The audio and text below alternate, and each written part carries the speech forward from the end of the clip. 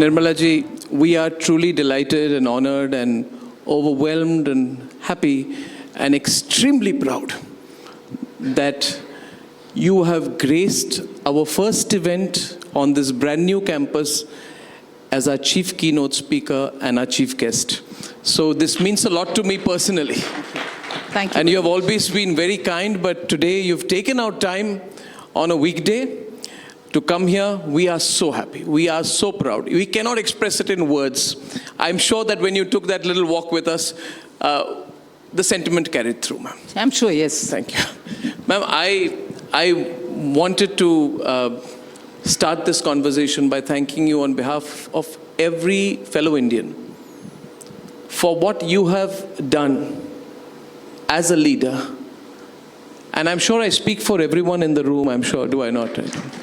For the fortitude, strength, the calm, and the solidity that you have brought to the office of Union Finance Minister, which has seen so many illustrious predecessors in the past and held the country's hand through this extremely difficult and tough times of COVID, and been such a strong support in the Modi government. So may I please request another round of applause before I get to the questions. Thank you. I was asked by everyone that before you speak to her, express our gratitude to her. So on behalf of everyone, I think we need to do that. Thank you. Nirmala ji, a broad question to start with. How do you view India's economic and financial prospects as you begin the third term of the Modi government? I think each one of us can be confident and be sure that because of a good visionary leadership which saw through India through the difficult times and has the vision to take it forward with destinations expressed clearly. Not we're going along, we will reach. No, clearly what is it in the next 2 years? What is it in the next few more years? And what is it that we want to do by 2047? With that kind of a visionary leadership, which is strong in a sense, inside the person, the strength of bearing with the challenges and also the kind of demands that come off, that is the strength I'm talking about of a leadership. And you find that in Prime Minister Modi, and I will say this up front before I even open up this conversation with Arnab.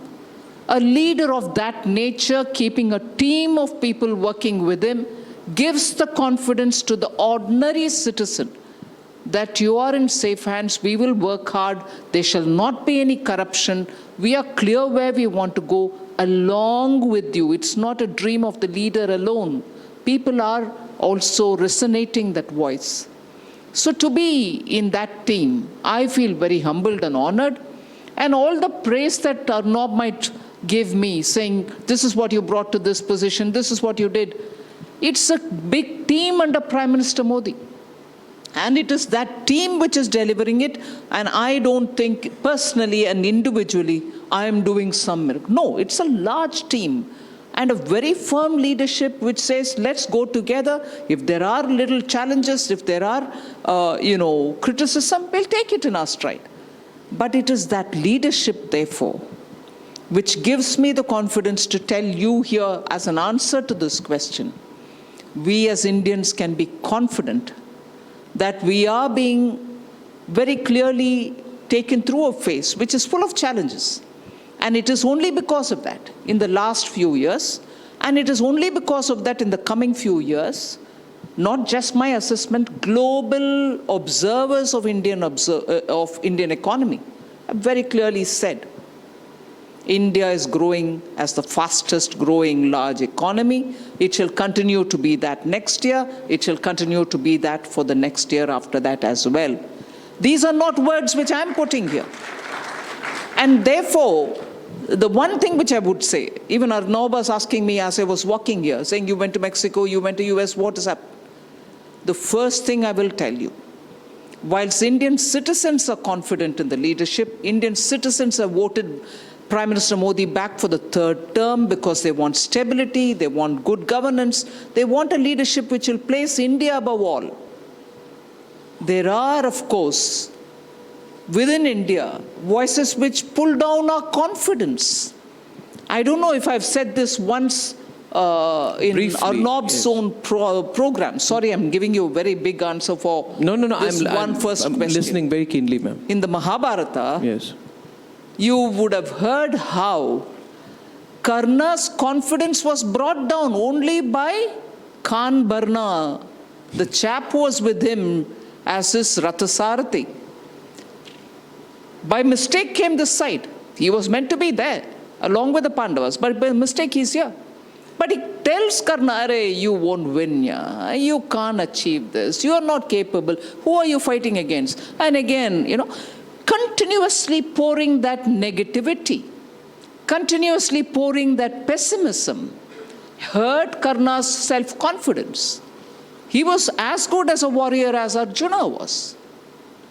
But that one draining of the confidence of Karna also contributed. I'm not saying that was the only reason, but also contributed to the less than great performance of Karna himself.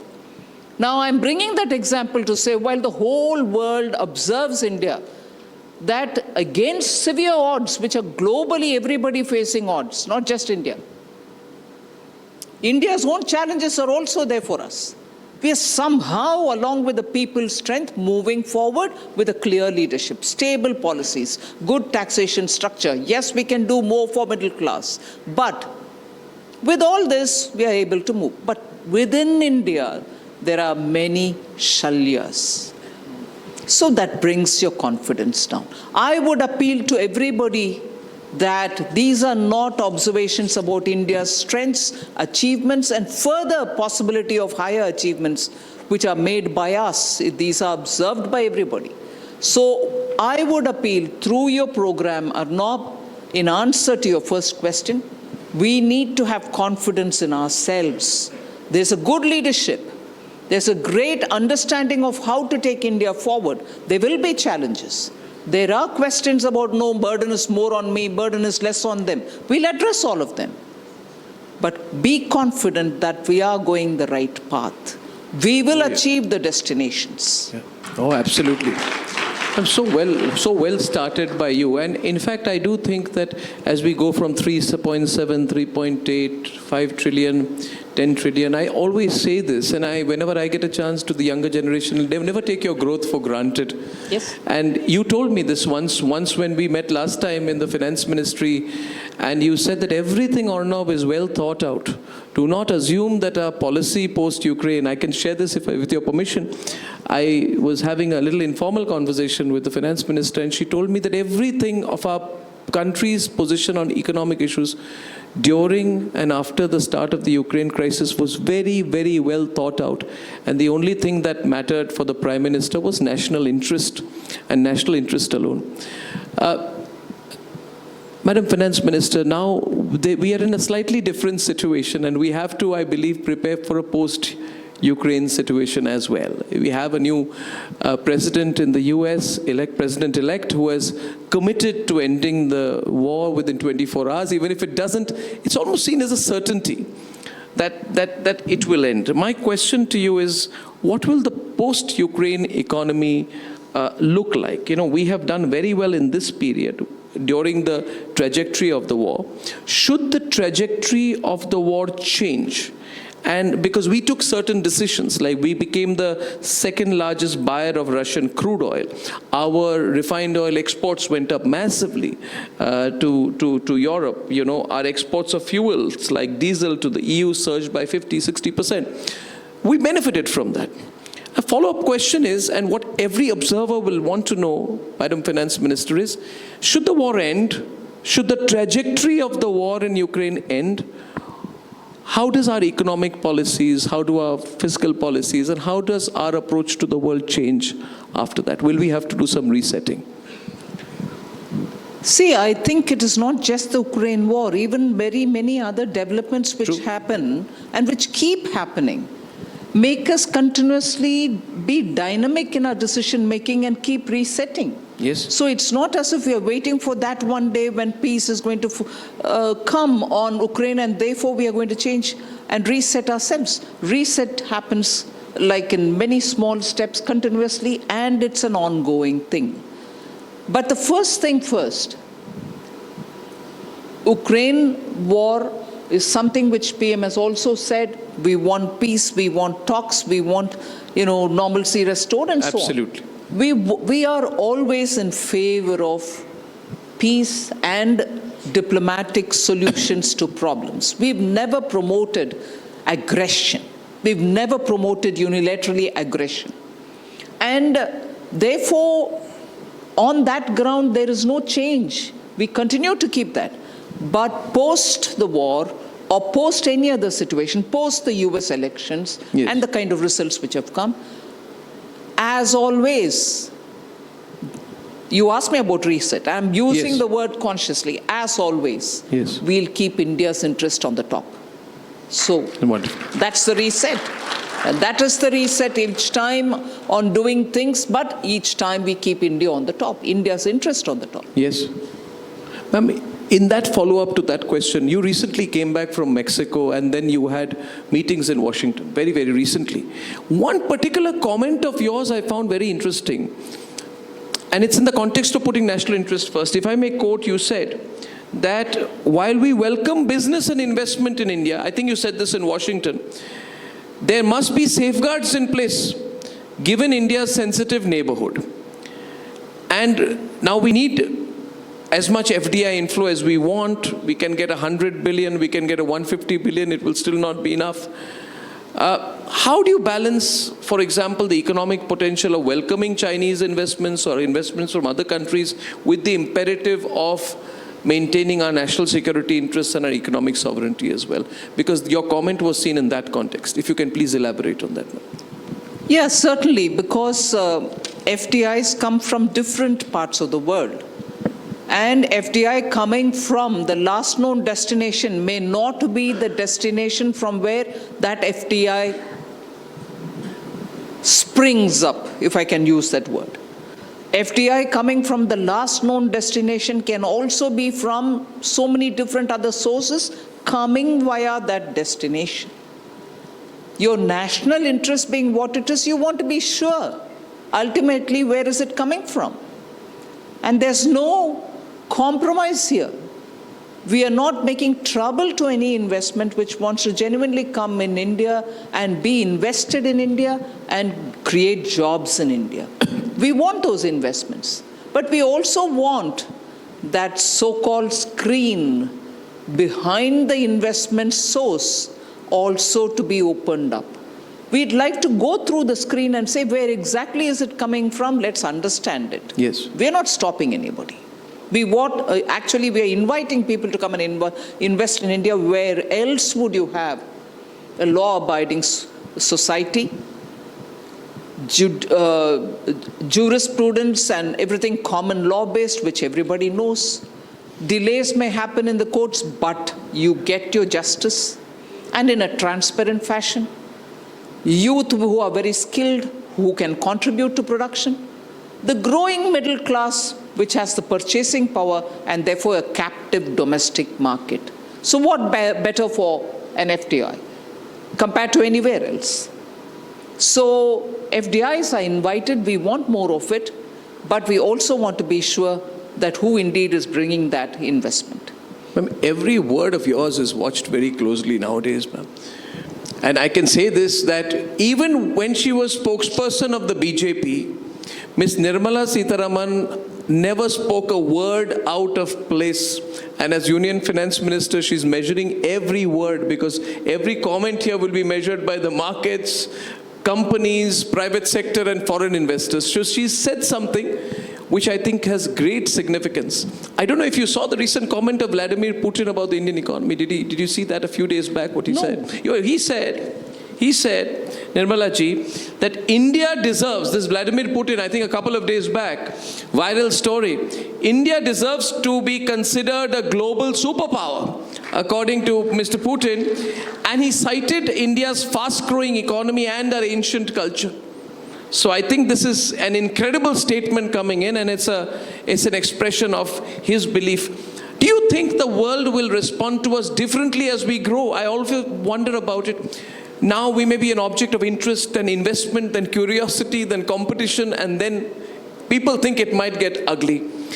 Will it always be possible, in your view, for India to navigate on one course without being attached to a bloc? This question in my mind in the context of our dramatic decisions vis-a-vis Russia after Ukraine. Can we continue to be non-aligned? And if so, how far? We have leaders like Trump coming in who believe in building tariffs, who say anyone out there who attempts de-dollarization, I will put 100% tariff on them. Very, very protectionist, very aggressive. So will things change? Again, it's a follow-up of the previous question, but will things change in your view? I'm not sure we'll ever in India change from being non-aligned. The expression may change. You're not going to be able to explicitly be with one group of nations as opposed to another group of nations. You are going to constantly keep friends everywhere. You need to keep friends everywhere. And why, pray, should you do that? Whether it is unipolar world, bipolar world, or multipolar world as we face now, India's given position and India's inherent belief and our geopolitical location necessitates us to be consistent in one thing, that you recognize you have friends everywhere. Circumstances may change, but your friendship and alignment with each one of them should continue. You cannot, at the cost of becoming indifferent or even alienating some group, become closer to something else or some groups else. So I think that is a position which has served India well, and it will also in the future serve us well. Your bilateral is equally important as much as your multilateral. So that position, I think, has served us well, and it will continue to serve. May I follow up? In Washington, during that panel discussion recently on the Bretton Woods institutions' priorities in the next decade, I think that was the subject of your panel discussion. One comment of India's finance minister got quoted a lot, where you said, and I quote, that no country, and we feel proud when we hear you talk like this, where Ms. Sitharaman, you said in Washington that no country, whether the US or China, can ignore India's growing influence. Now again, with Donald Trump returning to office, his stance on trade and tariffs will be a big factor in Indo-US relations, Ms. Sitharaman. Right from 2018, Trump has been describing India as a very, very, very tough negotiator. He calls us a big abuser of tariffs. He has tremendous praise for the Prime Minister. He speaks so warmly of him, but at the same time, in the next sentence, he says India is a big abuser on tariffs. Now, in September 2024, he reiterated that India imposes heavy tariffs. Given these statements, how do you see our country navigating potential challenges on Trump's tariff policies? Will we climb down? Or can we hold our own? Because we have to protect our economic interests, but we also have to protect our geostrategic relationship with the United States. If you can elaborate on that. Well, I think one thing is very clear. If, under the leadership of the Prime Minister, we were able to navigate during COVID and immediately after COVID, when the challenges were like never seen before. They were not challenges which you had experienced earlier. You found a solution earlier, so you could copy-paste that solution now. No, they were unique challenges. Even so, you had a Prime Minister who could logically explain why India had to take a position and justify it. And there was a lot of effort to explain where India is coming from. The simple example of the Russian oil.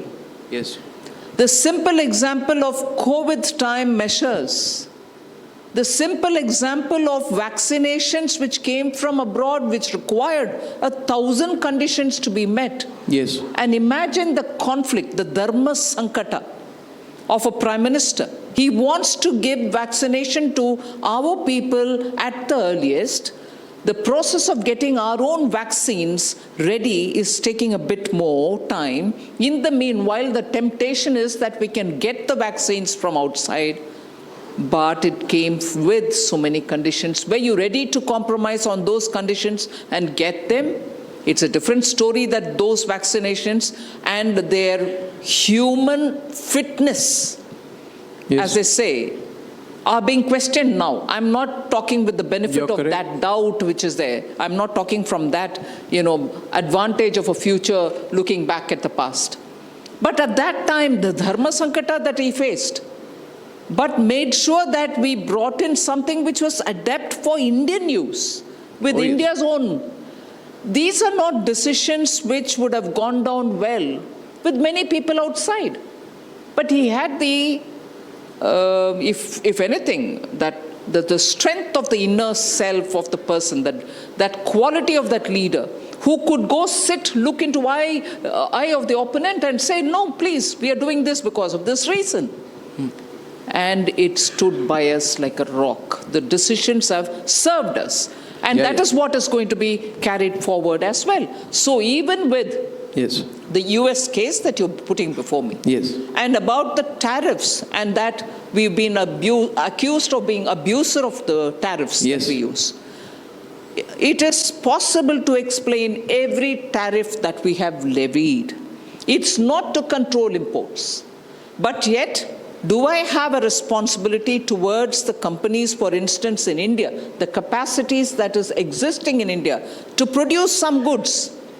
And we go about importing those goods, or those goods in broken down fashion, and then reassemble them. Do we have a moral authority to kill or nip in the bud those who are growing in India and who can produce in India? I need to give that protection for them as well. As much as I have to encourage industries which need those imports. Imports are required. Intermediary goods are required to be imported. I will have to encourage that. I will lift the tariffs on them, provided it doesn't, intended or unintended, hurt my own capacity to produce. I have to balance the two. Very important. Ma'am, it's a very important statement that you've made out here. I think this itself will make headlines, and I think I commend you for this thinking, because, in the early 90s, liberalization was good, but I personally, we as reporters saw certain industries like drugs and pharmaceuticals go through a tsunami that they were not prepared for. And it's not necessary that the foreign alternative is always the better alternative. It may be the cheaper alternative. It's not always the better alternative. So I think there's a great lesson in what you said there. You were talking about insights. Our entire audience here would like a little bit of how the functioning in the government works. And I'm sure you can share a little bit, maybe 1%, 10% of, and I can take the liberty with you, which others may not be able to. How is the thinking with the Prime Minister, with you, when you sit for cabinet meetings? They just give us the inner view of how the decision making is happening. I'm sure Prime Minister has a clear target. And you said the inner thinking, the strategy he has. How do the decisions get taken? And what is that eye of the fish out there? As Arjuna hit the eye of the fish. What is the eye of the fish for the government, for the Modi government in term 3? Would we want a slightly broader, non-technical question I'm asking with? I can, if you don't mind, share that. How is it happening? Well, first of all, no decision is taken in one sitting. Achha. No decision is taken with just one meeting. And no decision is taken only with a few people who give their inputs. The vast expanse of people who have anything to do with it are brought into the discussion forum. Okay. May not be in one sitting, but in several sittings. One group is heard, another group is heard, third group is heard. All their inputs are again thrashed around. So the hearing stage of it, every opinion is heard. And I don't need to say to you for the first time, I'm sure I'm not saying it for the first time, many people must have told you, The Prime Minister's one quality which is amazing is he hears you without any disturbance. Yeah, he's a great There's no listener. phone call, there's no, all right, I've heard this 1,000 times, stop it. None of that. He hears you out, he hears you out. And there are times when you go back thinking, oh my God, I shouldn't have said this. Because he has not responded to you, but you know he already knows it, or he thinks that, oh, what a foolish argument, but no, he never says any of that. He hears you out in full. So no decision is taken in one round. No decision is taken with just a few people. So rounds and rounds of discussion, and in all that, he sits through patiently. Second, after all the discussion is carried forward, again one set of consultation, not at his level, at the level of the PMO officials who have the domain knowledge. And finally, when it is all drafted into some kind of a written form, the language is gone through so that there is no loose wording which will be subject to any kind of misinterpretation. And after that is when it actually comes to the cabinet. And before the cabinet, the Prime Minister has gone through the document and comes fully seized of what is in it. But even then, he doesn't stop the ministers from discussing, hey, no, but you said this, what's about it? Cross-consultation, discussion, questioning one another happens, and only then a final call is taken. But at every stage, and I'm saying this because I truly think so, believe so, and at every stage, he's done his homework. There are times when you probably are going with less homework done, but he's done his homework. This is a very difficult situation for those presenting to him. I've often been told that, but he comes to the nub of the issue. Yes. Nub of the issue, and he focuses on that nub of the issue, which is an incredible gift. What an achievement you've had. Can I share some numbers? I feel people keep talking about 5 trillion, 6 trillion, 10 trillion. Can I share 2-3 numbers which I think are the real achievements of the Modi government? We have such fantastic audience here today. Inflation, then and now. Then 8.2% CAGR of inflation between 04 to FY14. Now 5% CAGR of inflation between 14 to 23. I don't have this year's latest numbers. FDI, then 305 billion. Now I think it is almost 600 billion were the last. But I think the incredible thing, Aman, for startups, 350 as of 2014 and 1,40,803. Now, this is, just open it up. And I feel if there was a theme, it would be just unleash. I think all we have to do in this country, Nirmala ji, is unleash. Don't you see that? Right. Haven't you seen a change in the recent times as well? You know, then there were 5 cities with metro rail. Today we have 24 cities with metro rail. I'm told they're going to go over 50 soon. 70 airports, 140 airports, 200 in the future. So we are headed towards explosive growth. What will we have to change in our government systems to adjust to that change of growth? The question is, the country will go from 3 to 4 to 30 faster than we expect. We'll be more urbanized. I heard today 50% urbanization. Transport systems will change. Aspirations will change. Now my question is, what do you, in your view, in the government systems, the regulations, the systems, and you spoke recently about, you had a great meeting, by the way, recently about amending of the IT Act, which was also one of the promises you had in your budget, and I was so impressed to see you do a follow-up meeting on what you did. Finance ministers often don't do. Ms. Sitharaman, broad question, and every audience member wants to know, we will grow. How will the government have to change vis-a-vis the citizens in terms of systems, regulations, and way of handling things? I'll say something but which I don't want to get misunderstood, but I will say it and therefore I'll explain it also. The tendency, I suppose it's inherited from the British time and also the 70 years, is to be cautious. The tendency again is also to be careful that you're not letting out too much. Somewhere giving you the feeling that the trust on the citizen is less and the trust on the administration is more. The trust on the citizen is what Prime Minister Modi wants completely shifted in favor of the citizen. And in that, every measure you take is still requiring of more measures to be taken, and we are doing that. But sometimes it does happen that you've gone 2 steps forward, but for some reason you come 1 step backward.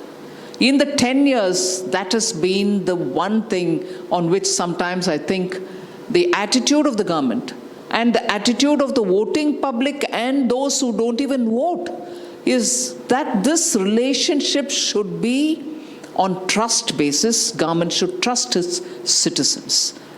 Prime Minister Modi is fully in favor of that. All of us are making our efforts for it.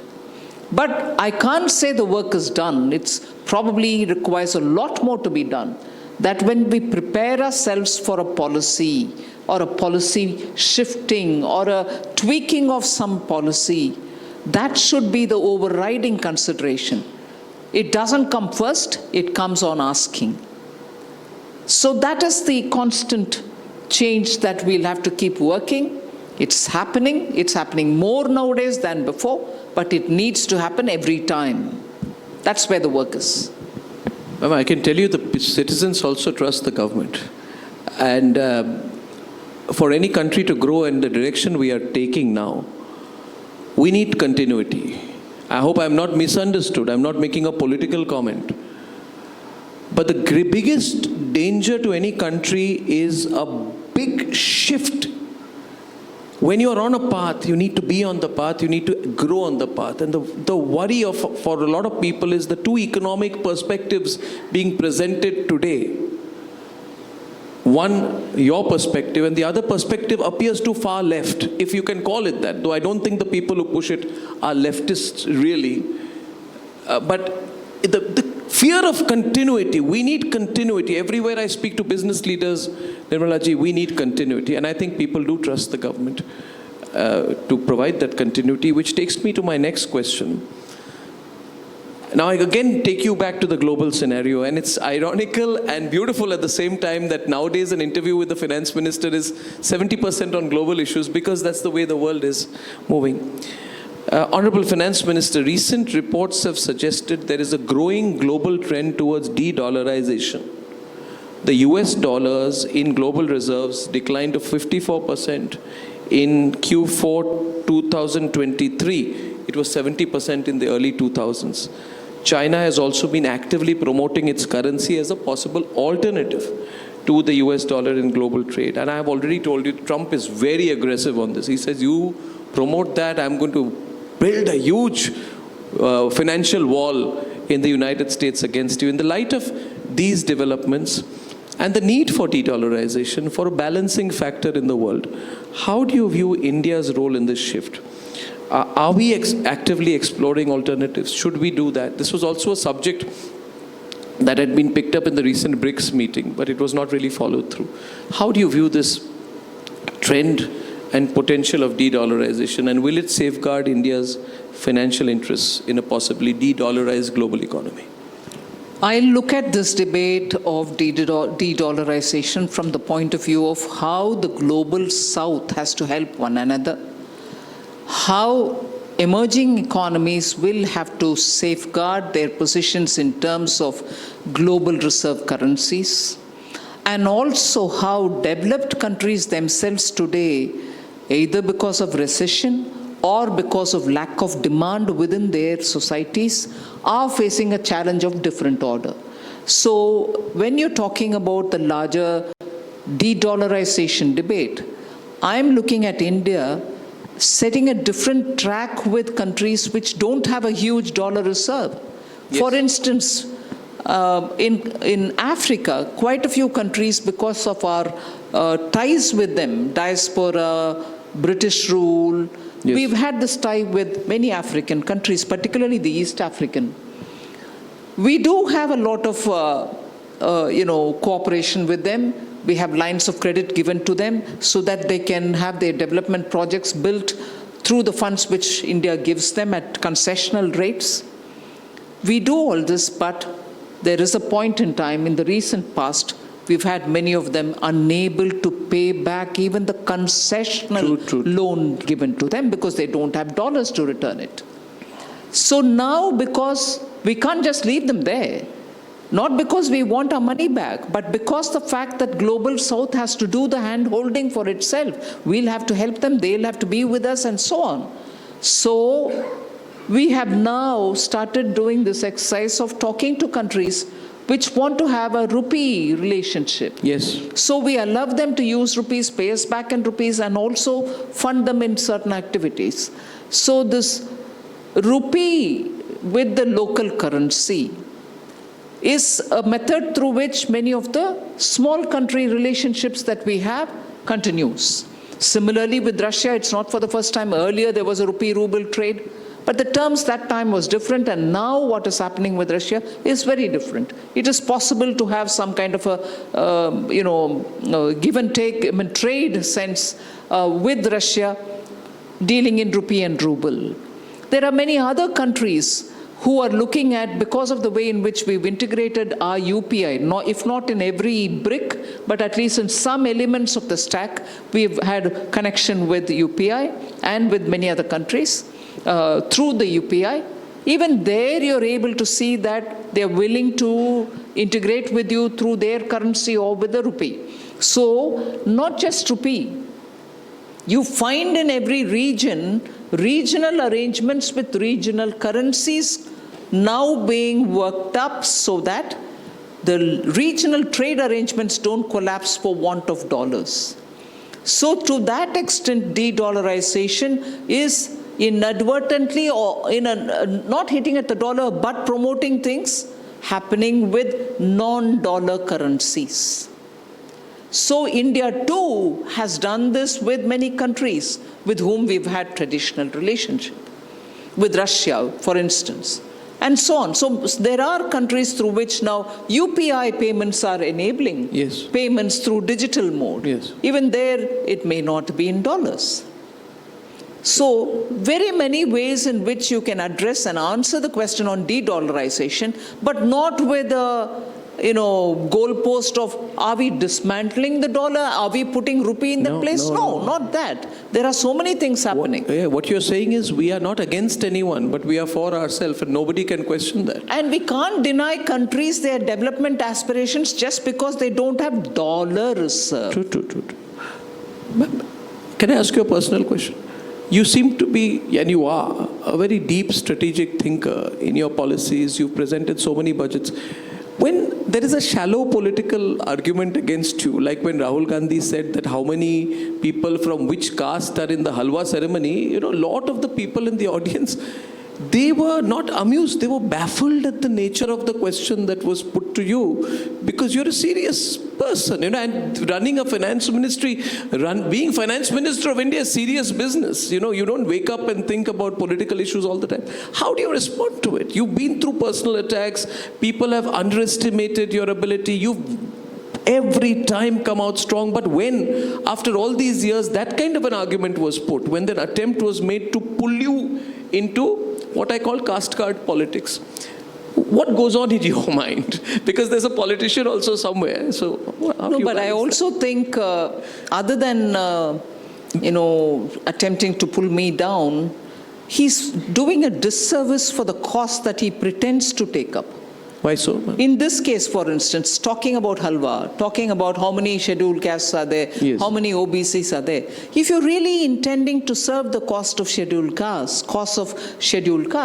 it's not a halwa ceremony on which you'll question that. That's true. You'll do so much more to help the cause of really scheduled castes and OBCs, rather than say, during the halwa, if you had 5 fellows belonging to OBCs or SCs or STs, you've served the cause. Somewhere, I feel the people who are around him, helping him, are not putting the gravity of issues. True. And the challenge. Before he takes it up. One, it doesn't matter to me whether he wants to undermine me or pull me down. I'll stand up with my defense. But the cause that for which you're pretending to take up, I remember that Batta per soul sometime in 2011, 12. Yep. You went in favor of the farmers. Tell me, what are you doing for farmers? And look at the way in Karnataka, the Congress party has helped, directly or indirectly, people to claim farmers' lands in the name of Waqf. Waqf board. Where is the Congress party and where is Bhatta Parsol? Where is Rahul Gandhi when it comes to Karnataka's farmers? So the gravity of the cost that he takes is momentary. That minute I ask and I forget. Move to the next, move to the next, move to the next. He's just not gathering any moss. Yeah. He's just moving. So for me, the worry is India's opposition. And I'm sorry to say this, I'm not trying to pull down anybody. India's opposition needs leaders who can stand up in the parliament and question the government. Oh, yes. Do stand up. That's so amazing. And make sure that people feel, well, as opposition, look at the way the government is put on the mat by the leaders of the opposition. No, now they're saying even within 6 months after Lok Sabha election, we're close to, tantalizingly close to 100 Congress got. And thought from 55, if I went to 100, people are with me. Yes, people are with you for being in the opposition, but you're not doing that job. You're talking on halwa one day, you're talking on youth another day, you're taking a copy of the constitution when the chairman says you're not supposed to hold anything in your hand. No pictures, no placards, no books, no whatever. But you're doing all these. And you're often seen sitting like this in the house. That's true. Excuse me. Yeah, like this, something like,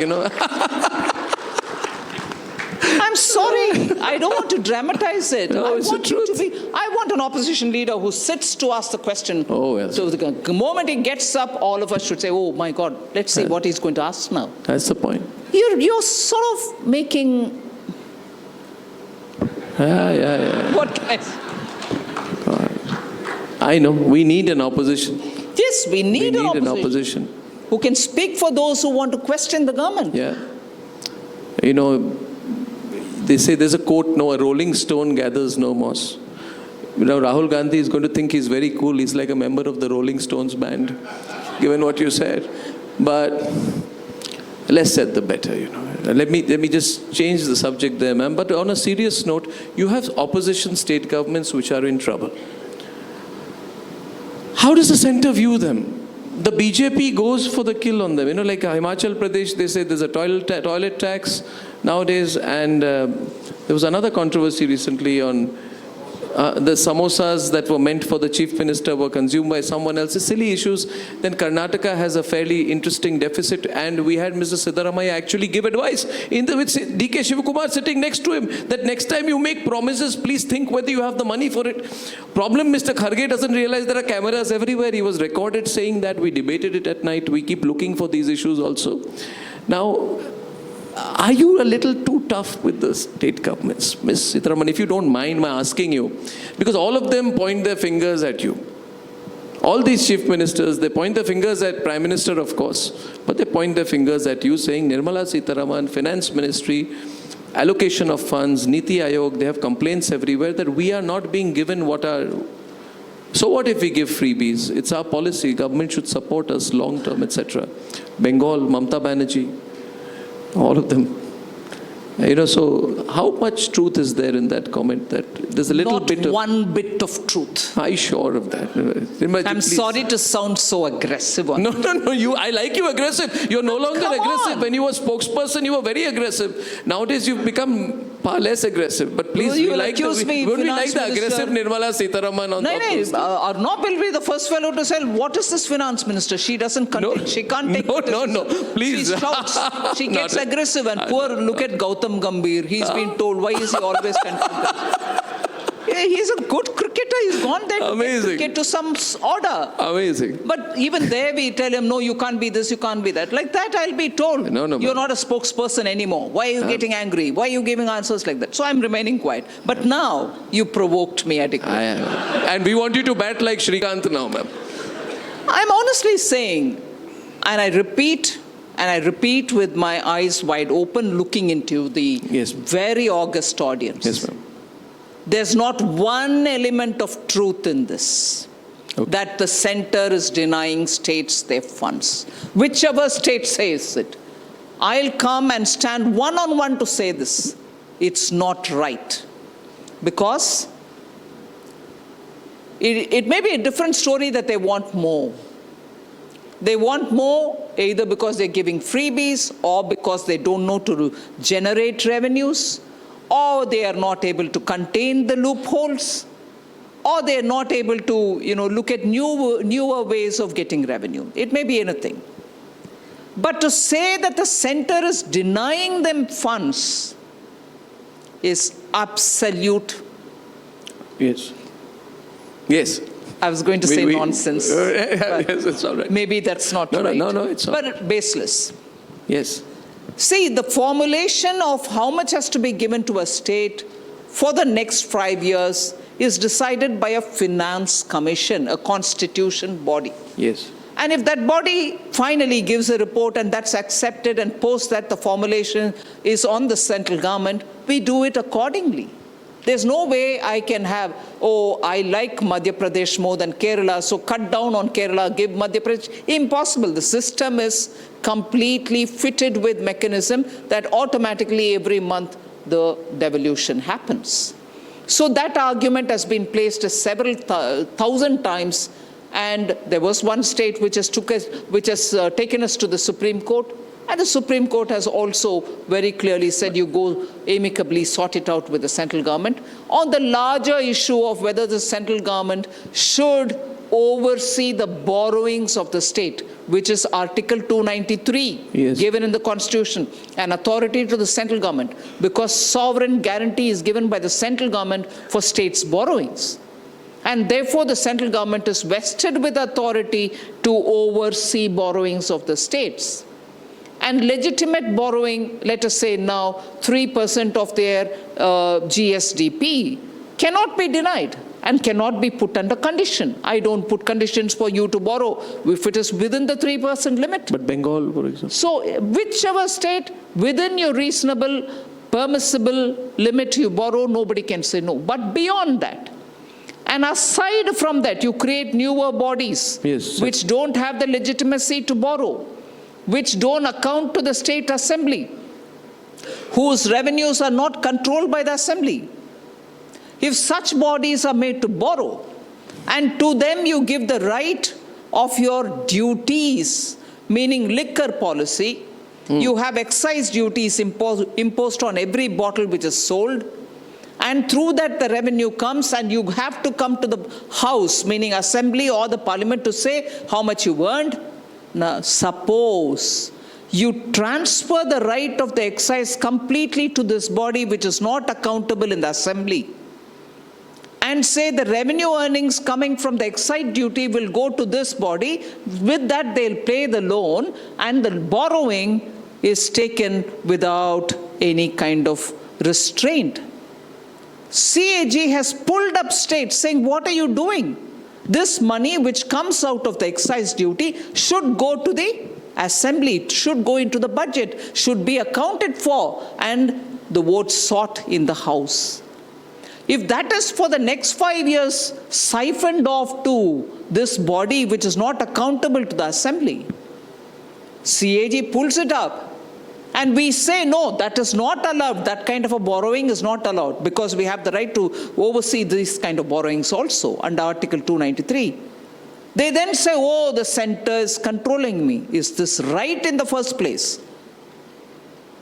These kind of anomalies happened, highlighted by the CAG, questioned by the center, and then they make such noise to cover up these kind of wrongdoings. What is due to states, to any state, to every state, goes and goes in time.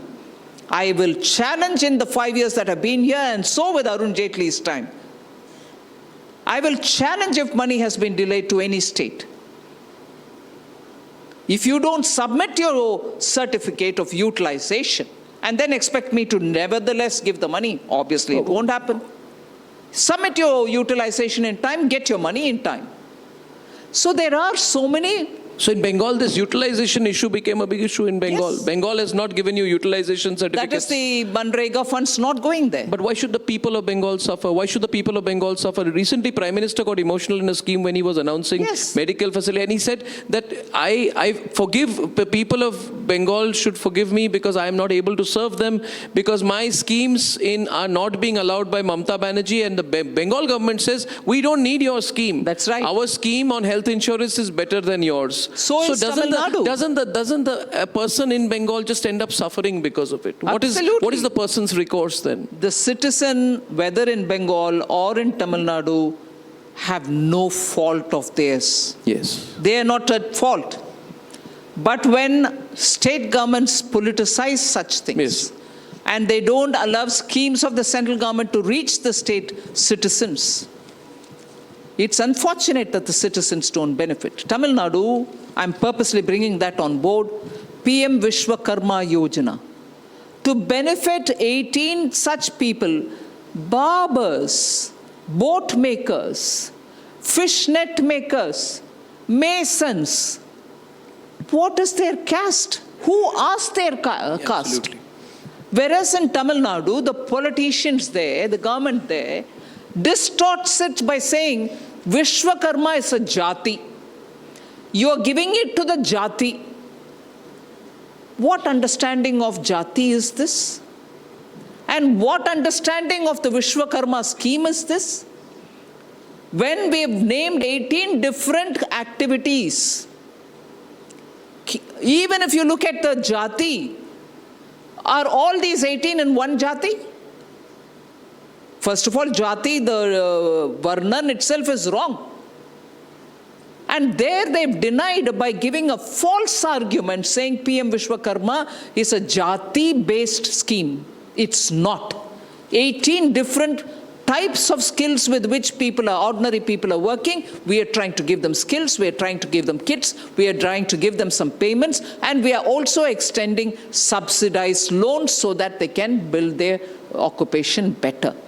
Tamil Nadu denies. Bengal denies on Manrega. You can see, and Ayushman Bharat is denied. Yes. It is purely out of this jealousy that all people, common people-friendly schemes of the central government are reaching the ground, and they don't want to recognize the good work which is being done by Prime Minister Modi's schemes. Okay, I know you have a busy schedule. I'll take one question. You have a long journey as well, but one question which everyone wants to ask you, ma'am. You are making changes to the IT Act. On the tax issue, what can people expect broadly? I'm sure this question on tax is on everyone's mind. We are told there are changes being made, improvements being made on the IT Act. Some people talk of tax terrorism. I can see people smiling. Rasisha is smiling. Everybody's looking for that answer from you. What can broadly, whatever you can share at this stage, because you are doing some deep dive consultations, what can people expect on the tax front and the IT Act, ma'am? I've said this in the budget. It is completely to simplify the IT Act. You know the IT Act as a book, if you want to refer, you're referring to a tome like this. And there are always clause, sub-clause, explanatory, facilitation, enabling clause, and so on. We want to make it downright simple so that there is no room for misinterpretation. We want the language to be simple. We also don't want too many conditions and caveats. So the rewriting in a way of the IT Act, which has been pending for some time now, yes. We all talked about the direct taxation code and so on. So the work is going on to make sure it is completely brought down to the at most simple way of handling. One thing I want to make very clear, at the time when I proposed it in the last budget, it was to make the language simple so that it can be complied with straightforward, no questions asked. And even at that time, I didn't talk about rates being brought into this simplification. Because rate is something which I have to go to the budget and also through the budget to the parliament. Simplification is already gone through in the parliament saying, yes, you have to simplify.